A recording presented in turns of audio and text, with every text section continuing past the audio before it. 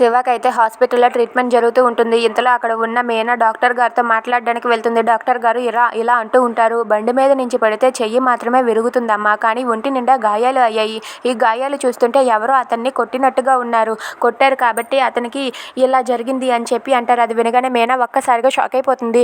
ఇంతలో అక్కడ ఉన్న శివ దగ్గరకు మీనా వెళ్తుంది. ఇక శివ అయితే చాలా బాధపడుతూ ఉంటాడు. అది చూసి వాళ్ళ అమ్మ కూడా బాధపడుతుంది.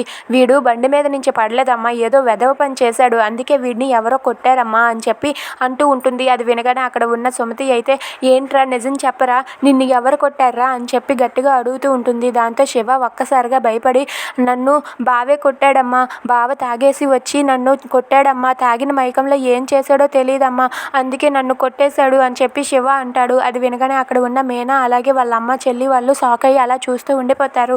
ఇక మీనా అయితే బాధపడుతూ అక్కడికి వెళ్ళి బాలుని నిలదీసి అడుగుతూ ఉంటుంది. మా తమ్ముడిని ఎందుకు కొట్టారు, మా తమ్ముడిని కొట్టవలసినంత అవసరం ఏమొచ్చింది, అంటే నా కుటుంబానికి ఏమైనా జరిగితే అడిగే హక్కు లేదని కదా మీరు ఇలా చేశారు, అయినా నా తమ్ముడి మీద మీరు ఎందుకు చేయి చేసుకున్నారు అని చెప్పి అంటూ ఉంటుంది. అది వినగానే అక్కడ ఉన్న బాలు అయితే అవును మీ తమ్ముడిని నేనే కొట్టాను, వాడి ప్రవర్తన చూసి నచ్చక వాడిని చెదగొట్టాను, అయితే ఇప్పుడు ఏం చేస్తావని చెప్పి బాలు అంటాడు. అది వినగానే మీనా అయితే చాలా బాధపడుతూ ఇలా అంటూ ఉంటుంది. నాకు నా కుటుంబానికి మీరే అండగా భరోసాగా ఉంటారని ఇన్నాళ్ళు చాలా నమ్మకంతో ఉన్నాను, కానీ ఇప్పుడు మీరే ఇలా చేస్తే నేనేమైపోను, ఇప్పుడు నన్ను నా కుటుంబాన్ని ఎవరు చూస్తారు, అదే భగవంతుడు కూడా చూడడు అని చెప్పి మీనా అయితే చాలా బాధపడుతూ ఏడుస్తూ ఉంటుంది. అది చూసి బాలు ఏం చేయలేక మౌనంగా ఉండిపోతాడు. If you like this video please subscribe our channel.